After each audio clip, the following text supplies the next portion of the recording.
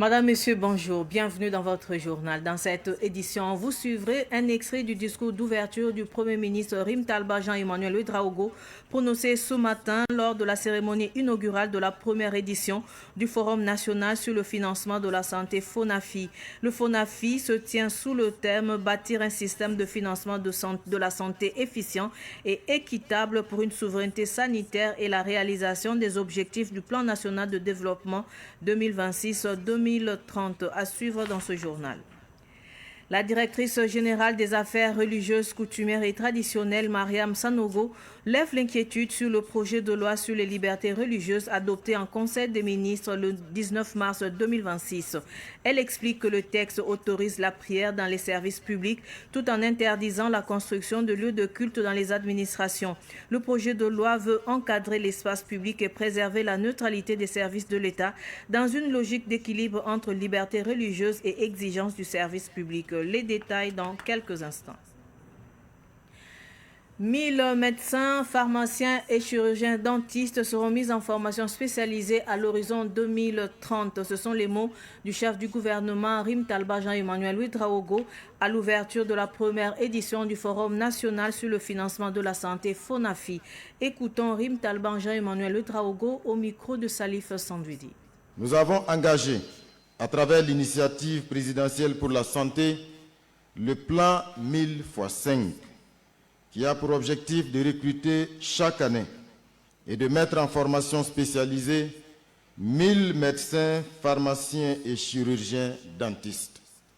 Cet ambitieux programme permettra à notre pays de disposer à l'horizon 2030 de plus de 5000 spécialistes supplémentaires.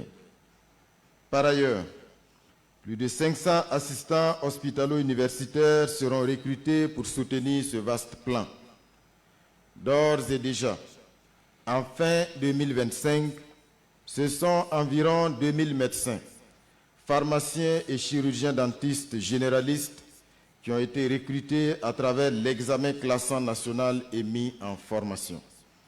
Ce sont également environ 200 assistants hospitalo-universitaires qui ont déjà été recrutés dans le même temps pour soutenir cette initiative historique et sans précédent.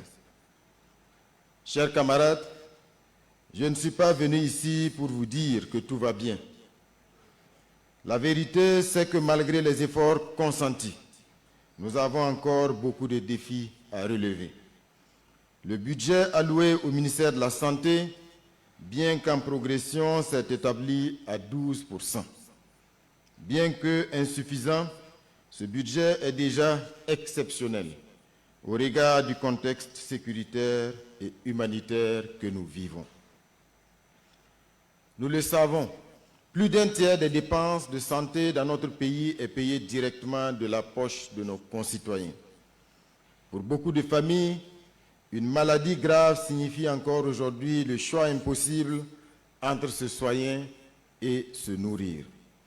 Cette situation est le résultat des systèmes bâtis sur la dépendance à l'égard de partenaires censés financer nos hôpitaux, former nos médecins et définir nos priorités sanitaires. Pendant des décennies, nous avons tendu la main pour des financements et de l'expertise. Chers camarades, ce temps doit être à jamais révolu, car la souveraineté sanitaire est au cœur du projet de transformation nationale que nous portons. Nous allons désormais fixer nous-mêmes nos priorités en matière de santé pour nos populations. Nous allons financer sur nos ressources propres notre système de santé et produire localement les médicaments essentiels. Et puis le Centre national de transfusion sanguine CNTS reconnaît les efforts de l'Union nationale des associations de commerçants des marchés EYAR du Burkina Faso. Le CNTS a décerné une attestation de reconnaissance à l'Union des commerçants pour la mobilisation de ses membres autour des opérations de don du liquide précieux, le sang. La remise des attestations a eu lieu hier à Ouagadougou. Les précisions avec Abdoulaye Kinda. Chaque année, et ce depuis 8 ans, l'Union nationale des associations de commerçants des marchés EYAR du Burkina Faso se mobilise pour accompagner le Centre national de transfusion sanguine dans la collecte du sang. Il était temps que le CNTS exprime sa reconnaissance à cette structure du secteur informel qui se bat pour sauver des vies. Nous avons donc amené une attestation de reconnaissance de la maison CNTS pour dire merci et reconnaître donc la valeur de ce que l'Union des associations des marchés EYAR a fait, signé par notre directeur. Et aussi, nous avons amené quelques gadgets, des t-shirts, des cahiers, mais nous avons aussi amené notre insigne agrafe qui nous a permis d'imposer une petite décoration au premier responsable donc, de cette union. Et nous avons aussi d'autres agrafes qui pourront être utilisées pour les responsables de quelques marchés EYAR. Voilà, c'est juste symbolique, reconnaître à sa juste valeur l'acte que l'Union pose à travers donc tout le Burkina Faso. C'est une satisfaction pour l'Union des commerçants qui promet de toujours mobiliser ses membres autour du don de sang. Ça, c'est un encouragement pour nous. Nous ne savons pas que tout dans les 8 ans que nous sommes en train de faire dans les marchés, ils sont en train de nous observer. Donc, c'est un signe qui montre que nous allons doubler l'effort à les accompagner tous les moments qu'ils sont là avec nous pour pouvoir faire ce travail. Notons que chaque année, à travers l'Union, plusieurs commerçants sont mobilisés dans les marchés EYAR pour donner leur sang au profit du Centre national de transfusion sanguine. Tout autre sujet à présent, les premiers responsables de l'Agence pour la promotion de l'entrepreneuriat communautaire APEC étaient hier au siège de la Loterie nationale burkinabé LONABé. Objectif, présenter les atouts de l'actionnariat communautaire au personnel de la LONABé. Samuel Mokoyete. Dans ma zone, beaucoup donc de personnes prennent de l'avion pour aller cultiver de la tomate à l'extérieur. Je crois que cette initiative mettra fin. Séduit par cette initiative ambitieuse lancée par le chef de l'État, le capitaine Ibrahim Traoré, le directeur général de la Loterie nationale burkinabé LONABé souscrit au départ à l'Agence pour la promotion de l'entrepreneuriat communautaire APEC. Selon le directeur général de la LONABé, les actions que mène l'APEC mettront fin à la fuite des bras valides vers d'autres contrées, d'où son soutien ainsi que celui de tout son personnel.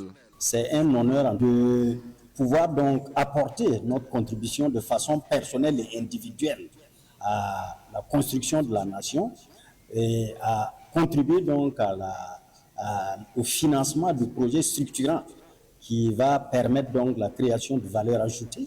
Parce qu'une nation où il n'y a pas de valeur ajoutée, nous l'avons dit tantôt dans la salle, si on se contente de faire de l'import-export, il est évident qu'il n'y a pas de développement. Cette façon donc d'aller vers de l'avant et chercher à créer de la valeur ajoutée est une action donc qui est soutenue pleinement par l'ensemble du personnel au sein de la LONABé et nous nous engageons à accompagner cette initiative, à soutenir l'initiative par nos diverses contributions.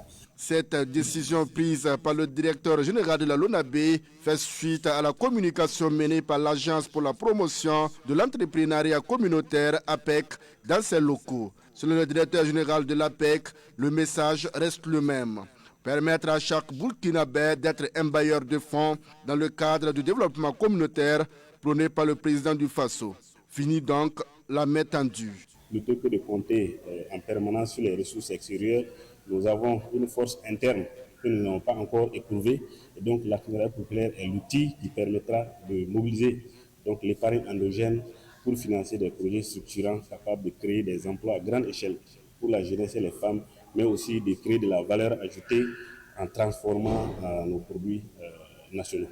Nous avons mis sur le marché burkinabé un concentré naturel, Adia, donc de tomates, qui est très prisé par la population. Et nous avons aussi une deuxième usine de production de concentré de tomates qui est en bonne voie à Tinkodogo. Enfin, nous attendons très bientôt les premiers lingots d'or d'une mine semi-mécanisée qui est donc en phase terminale de construction au niveau donc de Gawa. Le directeur général de la LONABé, Ibrahim Ben Harouna Zarani, a profité de l'occasion pour inviter son personnel à souscrire à l'actionnariat communautaire.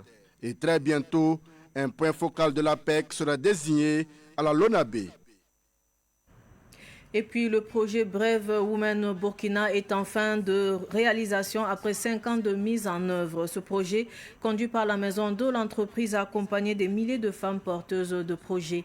L'atelier de bilan et de capitalisation du projet Brave Women Burkina s'est tenu hier à Ouagadougou. Le compte rendu de Germaine Farama. Le projet Brave Women Burkina est un projet qui a contribué au renforcement de la résilience des micro, petites et moyennes entreprises, détenues principalement par des femmes. Ce projet, en fin de mise en œuvre, après 5 ans de réalisation, a permis à la maison de l'entreprise d'accompagner techniquement et financièrement des femmes porteuses de projets entrepreneuriaux. Les acquis engrangés sont capitalisés à travers cet atelier. Le projet Brave Women est une trouvaille de la maison d'entreprise et qui, avec l'accompagnement du gouvernement Burkina Faso avec la BID, a permis de réaliser en tout cas un certain nombre d'acquis au niveau des femmes entrepreneurs qui sont porteurs de projets. Je veux dire que nous sommes à plus de 1700 formés, plus de 600 bénéficiaires et plus de 5 milliards et demi injectés au niveau des femmes. C'est une subvention sans remboursement au niveau des femmes porteuses d'entreprise. Et celles qui n'ont pas une entreprise qui était formalisée.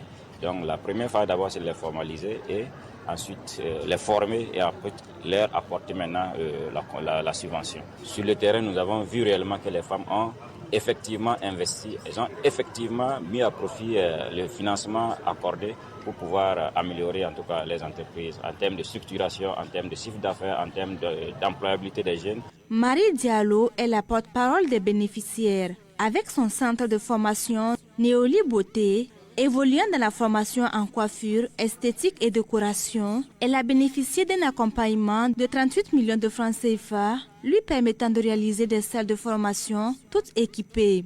Grâce à ce projet, j'ai eu en visibilité, j'ai eu en équipement, j'ai pu augmenter la capacité d'accueil des apprenants. On a pu offrir aux apprenants un cadre plus chaleureux et leur offrir aussi une formation avec vraiment du matériel de pointe. Le ministère en charge de l'industrie salue la mise en œuvre de ce projet Brave Women Burkina de renforcement des capacités financières des femmes porteuses de projets. Les autorités souhaitent plus d'accompagnement des partenaires au profit de ces femmes. 5 ans de mise en œuvre du projet Brave Women, très appréciable avec des résultats obtenus. Et c'est, comme on le disait, c'est vraiment des leçons à tirer. On sait déjà que l'accès au financement est déjà une préoccupation au niveau donc, de l'entrepreneuriat au niveau des femmes. Donc à ce niveau, c'est un appel à lancer à l'ensemble des partenaires de vraiment appuyer l'autonomisation des femmes. C'est vrai qu'il y a déjà un acquis, mais on a besoin encore que cela soit renforcé. À l'occasion de cet atelier de bilan et de capitalisation, les bénéficiaires ont souhaité la pérennisation de ce projet pour une meilleure autonomisation des femmes. Je le disais également dans les titres, le projet de loi sur les libertés religieuses adopté en Conseil des ministres le 19 mars dernier n'interdit pas la prière dans les services publics, rassure la directrice générale des affaires religieuses, coutumières et traditionnelles, Mariam Sanogo, lors d'un entretien accordé à l'agence d'information du Burkina AIB. Elle précise que ce projet de loi encadre plutôt la construction de lieux de culte au sein de ces administrations. Selon elle, les usagers et agents publics restent libres de pratiquer leur religion à condition de respecter les exigences du service.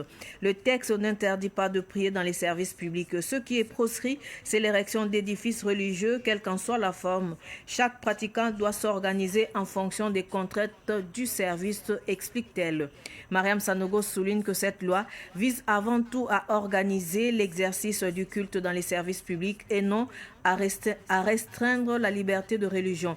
Elle estime qu'en l'absence de possibilité d'aménager des lieux de culte pour toutes les confessions, leur interdiction dans ces espaces apparaît comme la solution la plus équitable. Toutefois, cette mesure ne s'applique pas aux formations sanitaires, aux prisons et aux casernes où la construction de lieux de culte est déjà prévue.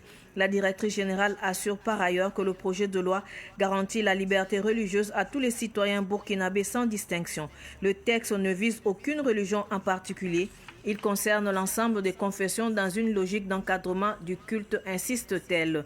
Enfin, Mariam Sanogo indique que cette initiative législative vise également à combler un vide juridique dans un contexte marqué par la montée de l'extrémisme violent, du sectarisme, de la radicalisation et des discours de haine qui fragilisent la cohésion sociale. Avant de clore cette édition d'information du 26 mars au 9 avril 2026, se tiendra la 3e édition des Journées nationales d'engagement patriotique et de participation citoyenne.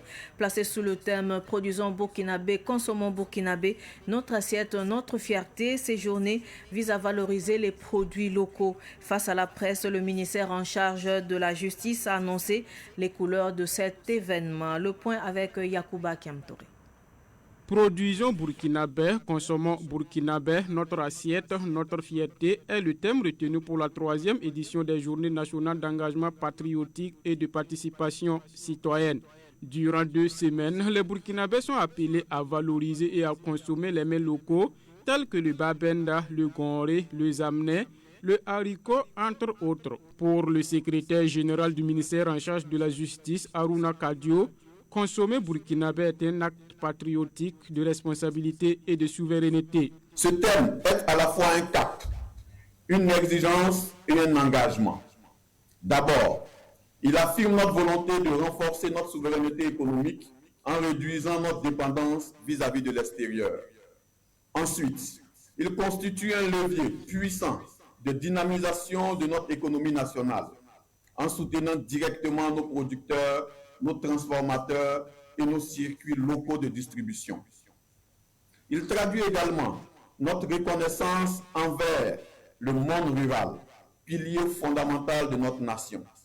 Il contribue à affirmer notre identité culturelle à travers la valorisation de notre patrimoine culinaire et de nos savoir-faire endogènes. Instituées en 2024 par les autorités burkinabées, les Journées nationales d'engagement patriotique et de participation citoyenne visent à inculquer les valeurs citoyennes et de patriotisme au Burkinabé. Cette première phase des Journées nationales d'engagement patriotique et de participation citoyenne se déroule du 26 mars au 9 avril 2026 sur tout le territoire national. Elle vise à raviver et à promouvoir les valeurs cardinales qui fondent l'âme de notre nation. Le patriotisme, l'intégrité, le sens du devoir, la solidarité, l'esprit de sacrifice, l'ordre, la discipline et l'engagement pour le bien commun. Ainsi, ces journées se veulent un creuset de mobilisation nationale où chaque Burkinabé, où qu'il se trouve, est appelé à poser des actes concrets au service de la patrie. Pour cette première phase de la 3e édition des Journées nationales d'engagement patriotique et de participation citoyenne, plusieurs activités sont au programme. Un programme riche et structuré sera mis en œuvre à travers environ 16 activités principales et plus de 130 activités connexes. Elles porteront notamment sur la symbolique de l'État, à travers la montée des couleurs nationales, accompagnée du ditanier en langue nationale et de la lecture du message présidentiel. La valorisation de l'identité culturelle, à travers le port des tenues traditionnelles, telles que le faso d'Anfani, le Kokodonda. L'engagement citoyen, avec des journées de salubrité dans les administrations, les universités, les collectivités et les domiciles et quartiers. La solidarité nationale, à travers des opérations de dons de sang et de collecte de fonds. L'éducation civique, via des conférences et des actions de sensibilisation en milieu scolaire. Le secrétaire général du ministère en charge de la Justice appelle à une forte mobilisation à ces journées nationales d'engagement patriotique et de participation citoyenne. Les Burkinabés sont donc invités à produire et à consommer burkinabé, symbole d'une fierté nationale. C'est sur cet élément que s'achève ce journal. Merci de rester fidèle au programme de Savane TV. Au revoir.